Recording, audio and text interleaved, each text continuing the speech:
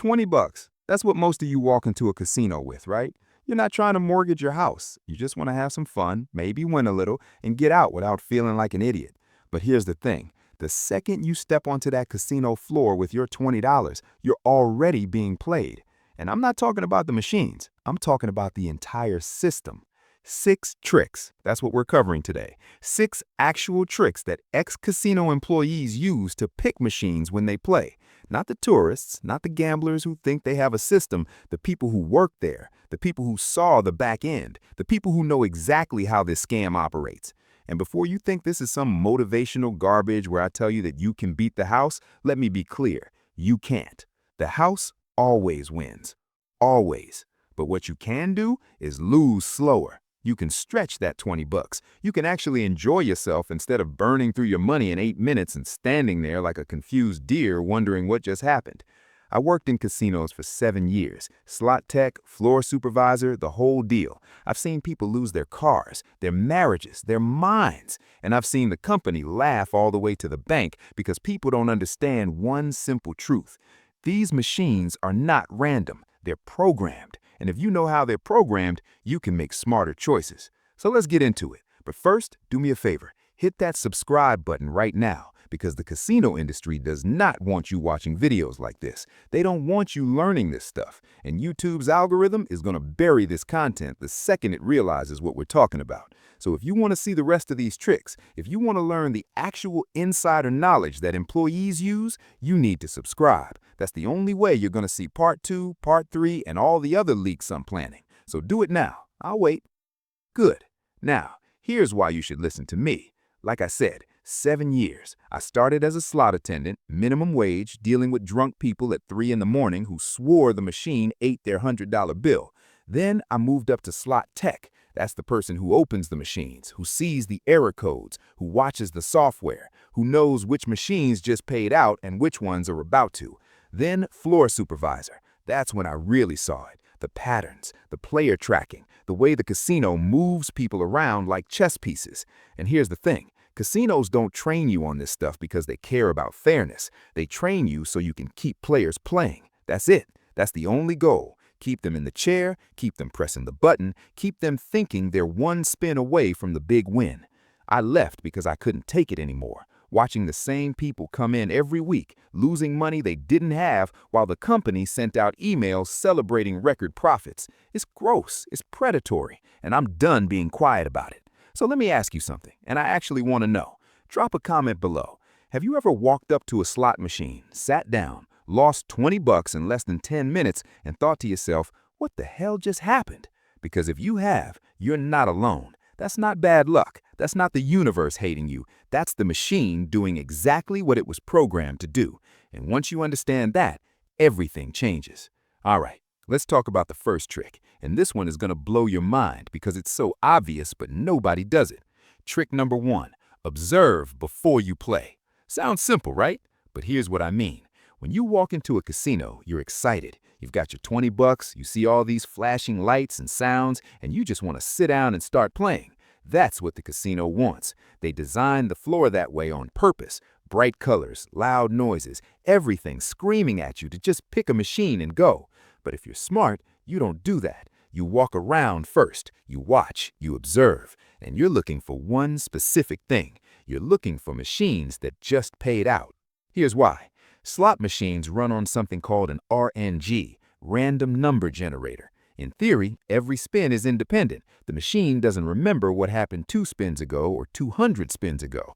But here's the dirty little secret. The RNG isn't truly random. It's pseudo-random. It's a program. And programs have cycles. Now, casinos will tell you that every spin has the same odds, and technically they're not lying. But what they don't tell you is that machines are programmed to pay out at certain intervals to keep players engaged. If a machine went 10,000 spins without a win, people would walk away. So the machine gives little wins, small hits, enough to keep you playing. But here's the kicker. When a machine just paid out a big jackpot, what do most people do? They stay on that machine. They think, oh, it's hot, it's paying out, I should keep playing. Wrong. Dead wrong. That machine just emptied its payout cycle. It's going to tighten up now. It's going to take more than it gives for the next few hundred spins while it recoups. So what do? You watch for the person who just won. You see them celebrate, cash out, and leave, and then you walk past that machine. You don't touch it. Instead, you look for the machine next to it, or across from it, or 2 rows over. You look for a machine that hasn't hit in a while. How do you know if a machine hasn't hit in a while? You watch the players. If someone's been sitting at a machine for 20 minutes and they look miserable, that's a good sign. That machine has been eating money. It's cold, and statistically speaking, it's closer to a payout than the one that just hit. Now, I'm not saying you're guaranteed to win. You're not, but you're playing probabilities, and the probability is higher that a cold machine is going to hit soon than a hot machine is going to hit again. But here's the next level. You're not just watching for cold machines. You're watching for abandoned machines. Someone walks up, plays for 5 minutes, loses $50, and storms off. That's your target, because they just fed that machine. They just pushed it closer to a payout, and they gave up right before it might pop. I've seen this happen so many times it's almost painful. Someone dumps $100 into a machine, gets frustrated, leaves. 2 minutes later, someone else sits down, puts in $10, and hits a $500 jackpot. The first person did all the work. The second person got all the reward. So when you walk onto that casino floor, you're not rushing. You're not picking the first shiny machine you see. You're hunting. You're watching the crowd. You're looking for patterns. You're finding the machines that are due. And here's the thing. Casino employees do this all the time. We knew which machines were tight and which ones were loose. We knew which ones just hit and which ones were cold. And when we played on our days off, we used that information. We didn't just sit down randomly. We stacked the odds in our favor as much as possible. Because $20 is $20. You can burn through it in 5 minutes if you're not careful. Or you can make it last 2 hours if you're smart. And the first step to being smart is observation. Don't be the tourist who sits down at the first pretty machine they see. Be the hunter. Be the person who knows what they're looking at, because the casino is counting on you being impulsive. They're counting on you not thinking. The second you start thinking, the second you start observing, you're already ahead of 90% of the people in that building. So that's trick number 1. Observe before you play. Watch the floor. Watch the players. Find the cold machines. Find the abandoned machines. And set yourself up for the best possible chance with your $20. Trick number 2, and this one is going to make you angry because casinos hide this information on purpose. Denomination matters more than you think. Here's what I mean. You walk up to a slot machine and you see all these options: penny slots, nickel slots, quarter slots, dollar slots. And most people with $20 think, well, I want my money to last, so I'll play the penny slots. Makes sense, right? Wrong. Completely wrong. Penny slots are a trap. They're designed to drain your money faster than almost any other machine in the casino. And here's how they do it. When you sit down at a penny slot, you're not actually betting 1 cent per spin. You're betting on multiple lines, 20 lines, 30 lines, 50 lines, sometimes 100 lines. And the machine defaults to maximum lines. So when you hit that spin button, you're not spending a penny. You're spending 50 cents, $1, sometimes $2 per spin. And you don't even realize it because the screen is flashing and the music is playing and you're seeing all these little wins pop up. 5 cents here, 10 cents there, 15 cents, and your brain thinks you're winning, but you're not. You just bet $1 and won back 15 cents. You lost 85 cents on that spin, but the machine celebrated like you hit the jackpot. This is called losses disguised as wins. It's a psychological trick that casinos perfected decades ago. They make you feel like you're winning when you're actually losing, and it works. It works so well that penny slots make more money for casinos than almost any other type of machine. So here's what you do instead. You play higher denomination machines with single-line bets. Stay with me here because this sounds backwards, but it's not. If you have $20 and you play a quarter machine, single line, you're betting 25 cents per spin. That gives you 80 spins, 80 chances. And here's the key. Higher denomination machines have better payout percentages.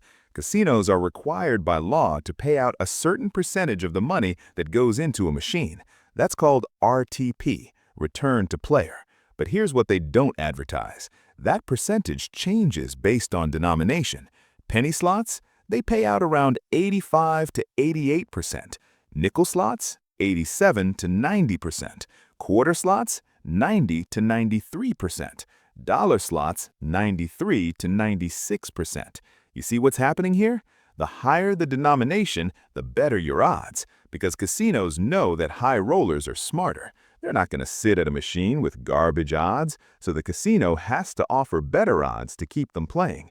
But low-stakes players, tourists with 20 bucks, they don't know any better, so the casino can set those penny slots to the worst odds in the building, and people will still play them because they think they're being smart by stretching their money. But you're not stretching your money if you're losing it faster. You're just losing it in smaller increments so it feels less painful. Here's the math. $20 on a penny slot at 50 lines per spin. That's 40 spins, 40 chances. At an 87% RTP, you're expected to lose about $2.60. Not terrible, but not great. $20 on a quarter slot, single line. That's 80 spins, 80 chances. At a 92% RTP, you're expected to lose about $1.60. You just saved $1, and you got double the entertainment time. And here's the real kicker. Because you're playing a higher denomination, when you do hit, you hit bigger. A 3-symbol match on a penny slot might pay you 30 cents. A 3-symbol match on a quarter slot might pay you $7.50. Same odds, better reward. Now, I know what you're thinking, but if I'm betting 25 cents per spin, I'm going to lose my money faster if I don't hit anything.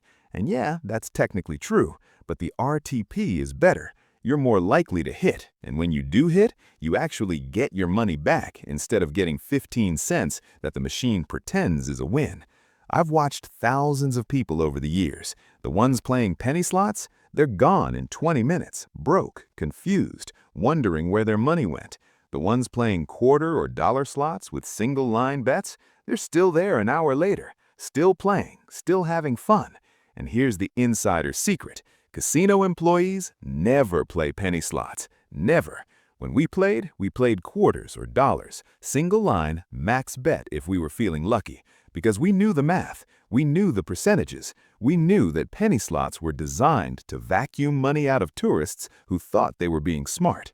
So, trick number 2, play higher denomination machines with single-line bets. Ignore the penny slots. They're a scam. And I'm not being dramatic. They're literally designed to make you lose faster while making you think you're winning. You want your 20 bucks to last? Play smarter, not cheaper. All right, trick number 3. And this one is going to require you to do something that most people don't do in a casino. Read. Check the pay table before you play. Every slot machine has a pay table. It tells you exactly what you need to hit to win, how much each combination pays, what the bonus features are, what the jackpot is, and most importantly, it tells you the volatility of the machine. Volatility is everything. It's the difference between losing your 20 bucks in 5 minutes and playing for 2 hours. Here's how it works. Low volatility machines pay out frequently. Small amounts, but frequently. You're getting hit after hit after hit. 10 cents, 25 cents, 50 cents. You're not winning big, but you're staying alive. Your bankroll is stable. You're having fun. High volatility machines pay out rarely, but when they pay big. You might go 50 spins without a single hit, 100 spins, but then boom, you hit for $50, $100. You either walk away with a big win or you walk away broke. There's no middle ground. Medium volatility is somewhere in between. You get occasional decent hits mixed with long dry spells. So, which one should you play with 20 bucks? Low volatility, every single time. Because your goal isn't to hit a $1,000 jackpot. Your goal is to make your money last. To have fun. To get entertainment value out of your $20. High volatility machines are for people with deep pockets, people who can afford to dump 200 bucks into a machine waiting for that one big hit. That's not you, that's not me, that's not most people. So how do you know if a machine is low volatility or high volatility? You read the pay table. Low volatility machines have lots of small pays. You'll see pay tables where 3 symbols pays 2 times your bet, 4 symbols pays 5 times your bet. Lots of little wins scattered throughout. High volatility machines have massive top pays and nothing in the middle. 3 symbols pays 1 times your bet. 4 symbols pays 2 times your bet. But 5 symbols, 5,000 times your bet. That's high volatility. You're chasing the dragon, and you're gonna lose. Here's a real example. I was on the floor one night, and I watched a guy sit down at a machine called Dragon's Fortune. High volatility. Top payout was 10,000 times the bet. He put in $100, played for about 30 minutes, didn't hit a single meaningful win. Not one. Just small drips here and there that barely kept him alive. Eventually, he lost it all and left. 5 minutes later, a woman sat down at a machine called Triple Cherries, low volatility. Top payout was 100 times the bet. She put in $20, played for 2 hours. She was hitting constantly. $3 here, $5 there. At one point, she was up to $40. Eventually, she cashed out at $15. She lost $5 total, but she got 2 hours of entertainment. Same amount of time, same casino, 2 completely different experiences. The difference? Volatility. And here's the thing. Casinos don't make it easy to figure out volatility. They don't label machines as high volatility or low volatility. You have to read the pay table and figure it out yourself. And most people don't. Most people just sit down and press the button and hope for the best. But you're not most people. You're reading this. You're learning. You're going to walk up to a machine, press the pay table button, and actually look at it. You're going to see if the pays are balanced or if they're top-heavy, and you're going to make an informed decision because that's what separates smart players from suckers. Information. Casinos make billions of dollars every year off people who don't read, people who don't ask questions, people who just sit down and play and assume the machine is fair. It's not fair. It's never been fair. But if you know how to read the machine, you can at least make better choices.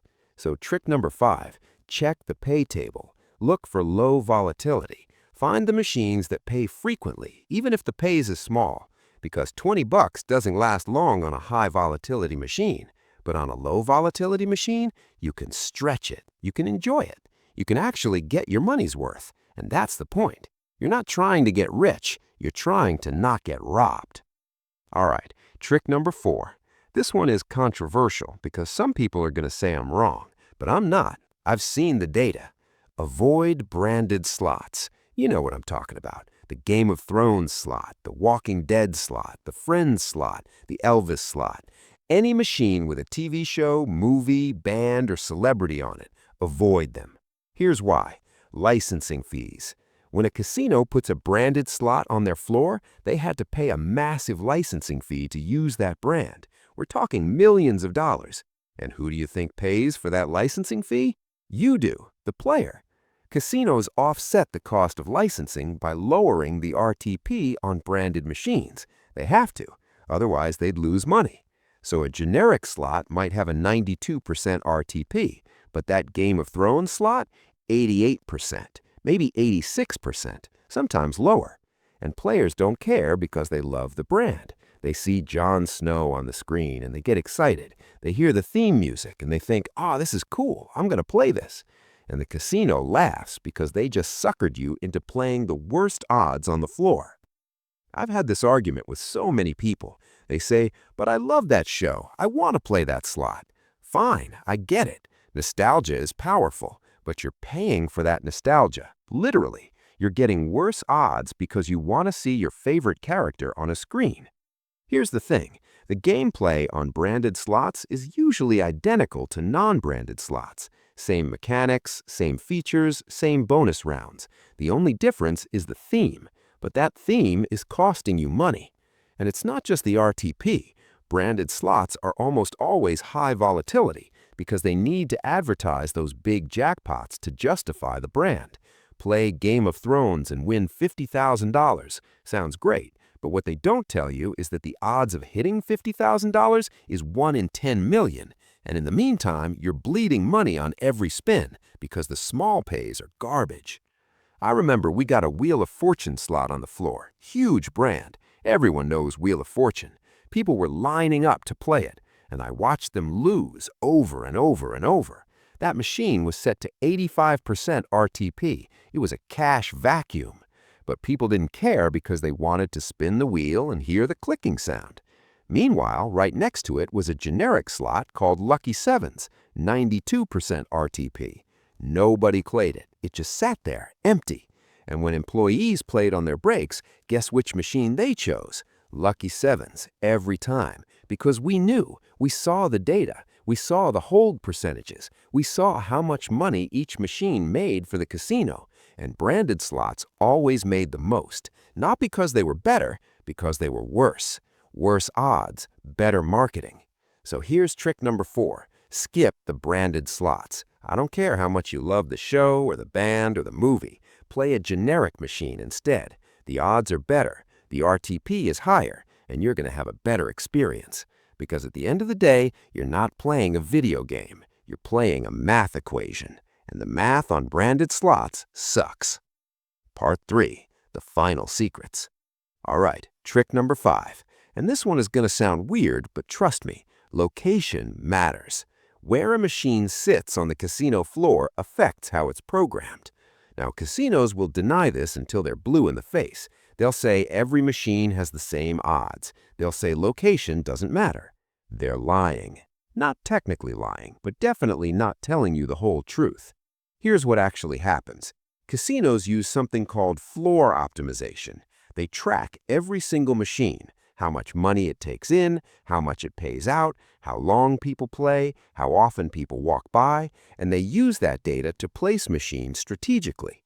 High traffic areas get tighter machines, end of aisles, near the buffet, by the entrance, near the bathrooms, anywhere people naturally walk by. Why? Because those machines get played constantly. The casino doesn't need to offer good odds to keep them busy. People sit down because they're convenient, not because they're good. I watched this happen in real time. We had a bank of machines near the main entrance, prime real estate. Everyone walked past them, and those machines were set to 86% RTP, the worst on the floor.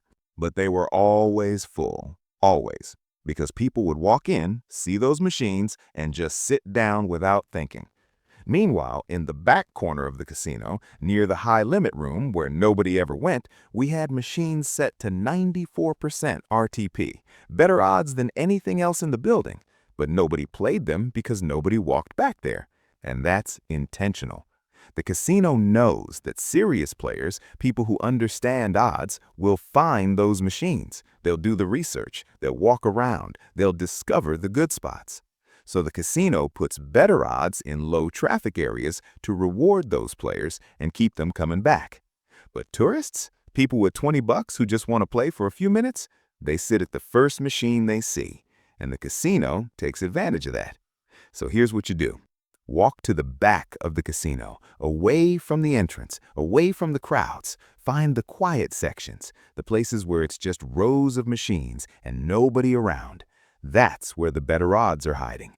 And here's another location trick. Avoid machines near the casino cage, the cashier, the place where people cash out their winnings.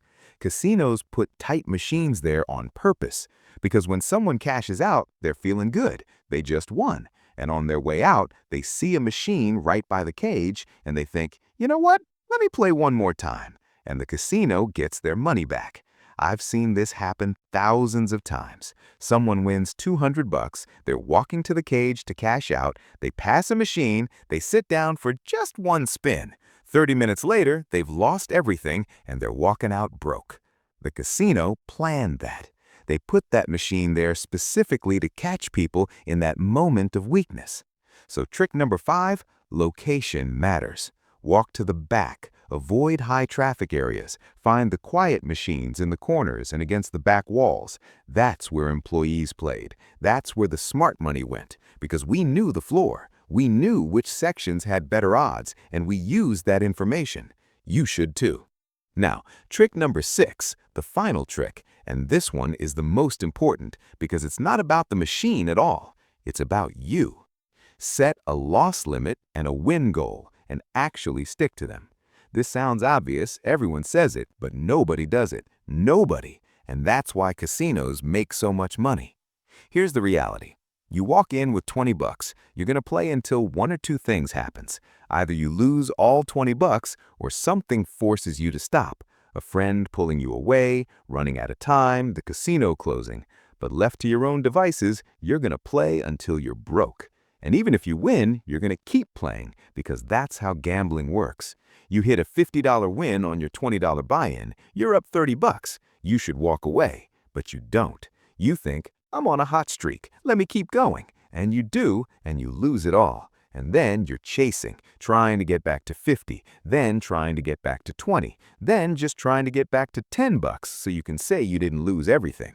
This is called the gambler's fallacy, the idea that past results affect future outcomes. The machine doesn't care that you just won. It doesn't care that you just lost. Every spin is independent. But your brain doesn't work that way. Your brain sees patterns where there are none. So you need rules, hard rules. Before you even sit down at a machine, you decide two things. Number one, how much are you willing to lose? For most people with 20 bucks, the answer should be 20 bucks. That's your entertainment budget. You're paying $20 for an hour or two of fun, just like going to a movie. When it's gone, it's gone. You don't chase it. You don't go to the ATM. You don't put it on a credit card. You walk away. Number two, if you win, how much is enough? This is the harder question because most people don't have an answer. They just want to win big. But what's big? 50 bucks? 100? 500? Here's what I suggest. If you double your money, you walk away. You turn 20 into 40. That's a win. Cash out, leave. Go have dinner. Don't give the casino a chance to take it back. And if you triple your money, you take half and pocket it. You turn 20 into 60. You take 30 and put it somewhere safe, in your wallet, in your pocket, somewhere you can't touch it, and you play with the other 30. If you lose that 30, you still walk away with 10 bucks profit. If you win more, great, but you locked in a win. This is what professional gamblers do. They have discipline, they have rules, they don't let emotion take over, and you need to do the same thing. Because here's the truth. The casino is counting on you being undisciplined. They're counting on you chasing losses. They're counting on you playing just one more spin after you win. That's their business model. They don't make money off people who follow rules. They make money off people who lose control. I've seen people win $5,000 and lose it all back in an hour. I've seen people win $10,000 and leave with nothing. And it's always the same story. They thought they could keep winning. They thought the streak would continue. They didn't have a plan, but you're going to have a plan because trick number 6 isn't about beating the casino. It's about not beating yourself. The casino is already stacked against you. The math is against you. The only person who can protect you is you. So you set your limits, you stick to them, and when you hit those limits, you walk away. No exceptions, no excuses, no just one more spin, because that one more spin is how they get you every single time. And look, I know this whole video has been pretty cynical. I know I've spent the last 3,000 words telling you that casinos are rigged and the odds are against you, and you're probably going to lose. And all of that is true. But here's the thing. You can still have fun. You can still enjoy yourself. You just need to be smart about it. You need to understand what you're walking into. You need to treat that 20 bucks as the cost of entertainment, not as an investment, because it's not an investment, it's a gamble, and the house always wins in the long run. But in the short run, in the 2 hours you're sitting at that machine, you can make better choices. You can observe before you play. You can pick higher denomination machines with better RTPs. You can read the pay table and avoid high volatility. You can skip the branded slots with their garbage odds. You can find machines in better locations, and you can set limits to keep you from spiraling. These 6 tricks won't make you rich. They won't turn you into a professional gambler, but they'll stretch that 20 bucks. They'll give you more time, more spins, more fun, and they'll keep you from being the person who walks out 15 minutes later wondering where all their money went. Because that's the real goal here. It's not about beating the casino. It's about not letting the casino beat you as badly. I spent 7 years watching people lose, watching the same faces come back week after week, month after month, getting drained by machines they didn't understand. And the whole time, employees were playing smarter, using information, using strategy, not winning, but losing slower, stretching their money, getting value. And that's what I want for you. I want you to walk into a casino with your eyes open. I want you to see the tricks, the psychology, the math. I want you to make informed decisions instead of emotional ones, because the casino is playing chess, and most people are playing checkers. They don't even know the rules of the game they're in. But now you do. Now you know that observation matters, that denomination matters, that pay tables matter, that brands are a scam, that location matters, and that discipline is everything.